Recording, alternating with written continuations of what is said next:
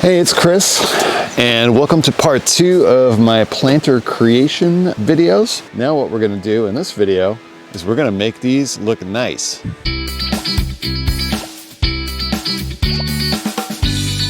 In part 1 of this video series, we created this. If you haven't seen that particular video, I invite you to go check it out. The link will be up here and in the description below, which is a pretty cool planter. It's got some legs down here, so it's off the ground. Good enough is not good enough sometimes. So we're gonna up the game here, and we're gonna turn this into something really cool. Go check out the first video if you haven't. All right, so the first thing I want to do is I want to put like a hand grab basically in here. You know, just like a cutout like you'd have at the side of a milk crate or similar. Both, I guess, a functional way to lift and move these things around, but also as a, you know, decorative touch. So let's cut that into here and see how we do that. The way that I'm envisioning this is kind of a maybe like 1.5 inches from the top. We want to cut kind of like an oval shape in there, right? Makes sense? So the way that we're going to do that is we're simply, oh, that's dangerous. So it's 14 3/4. So that's like 7 3/8. That's right there. And then we set about 1.5 inches in from the top. That's right there. So now we've got probably going to be kind of hard to see, but we've got a mark here, outer edge, top edge. And the way that I'm going to achieve this by using a circle cutter. So 1.5 inches from the top. 5 over is going to be right about there. So that gives us that 1.5 inches. That side of the circle cutter is lined up with the right hand side. So let's just mark that. And then we're doing the same thing over here. That's 1.5 inches from the top. There's the mark for the outer edge. So then we mark that. So we're going to cut those 2 circles, and then we're going to cut out the piece that remains in there, which is this thing in the middle. And that'll give us one big sort of oval when we complete the cut. So first, the 2 circles.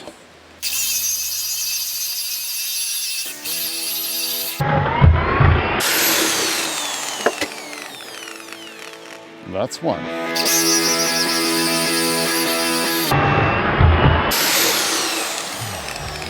That's 2. So there you go. Now for this part, like I said, we're just going to connect the tops of the circles and the bottoms of the circles with the jigsaw.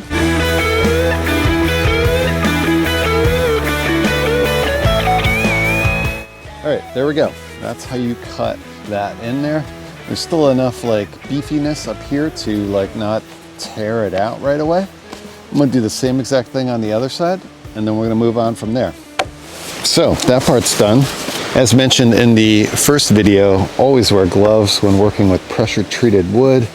Always wear eye protection when working with power tools.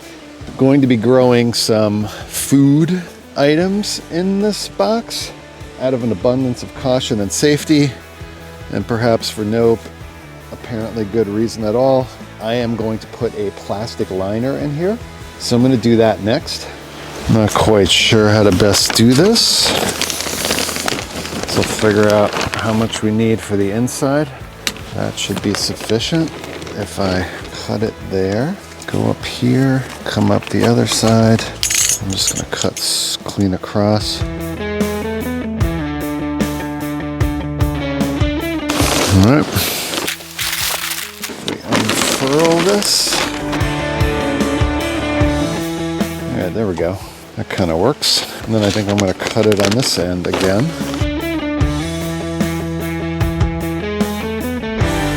And then the last step of that is going to be tacking it to the interior. I've got this staple gun. God, I hate when they package stuff like this. Man, what a waste. I hate this plastic crap. Look at this. Ah. All right. That's pretty nice. Yeah, this works really well, actually.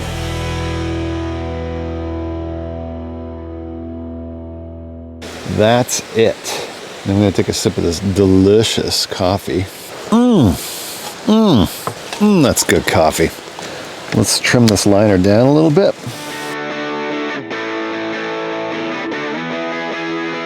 Totally lined.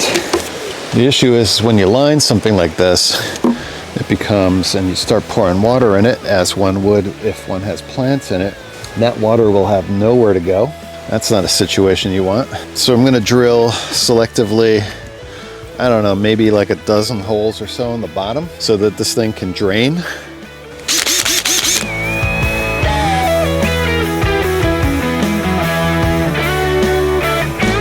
Very nice. Just gonna dump out that sawdust.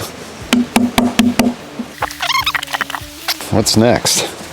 Embellishments. All right, these are gonna be kind of subtle touches, but I have some of this really nice antique Japanese hardware. By the way, I have so much of this stuff. I am open to selling some of it. This is all handmade, probably 100 some odd years old. And then I've got these other corner pieces. And the way I'm gonna utilize these, let's put them up here. That looks pretty good, actually. Do that, like so. And then these are just gonna go around on the sides down here. And then that'll be that. I might have one more decorative piece, like sort of for the middle.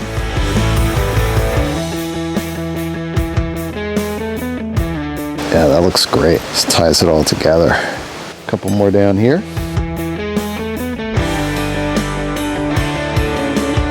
Let me show you what that looks like. There we go. Isn't that nice? Nice little touch. We got some over here as well. There's one right there. And back there. That's gonna go about halfway up the side. We're just decorating at this point. There, something like that. Zoom out on that. All right, this last bit going on. I think that's gonna look really good. All right, now, obviously you could do more or less if you don't have antique Japanese hardware lying around. You could just use some angles to go around the corners. You can put them in a glass with salt water or something, rust them up a little bit. But ultimately, I think we got a good look here now. We got these little things. We got the handles in here. We've got it lined. It's ready to have some stuff planted in it. And if you found this to be useful and you think it looks good and you're thinking about making one of these because of the video, hit the like button. Doesn't cost you anything, helps me out a great deal. Yeah, so anyway, that's been fun. It's done. I'm gonna leave you with a couple pictures of the finished product. I'll see you in the next video. Be well and goodbye.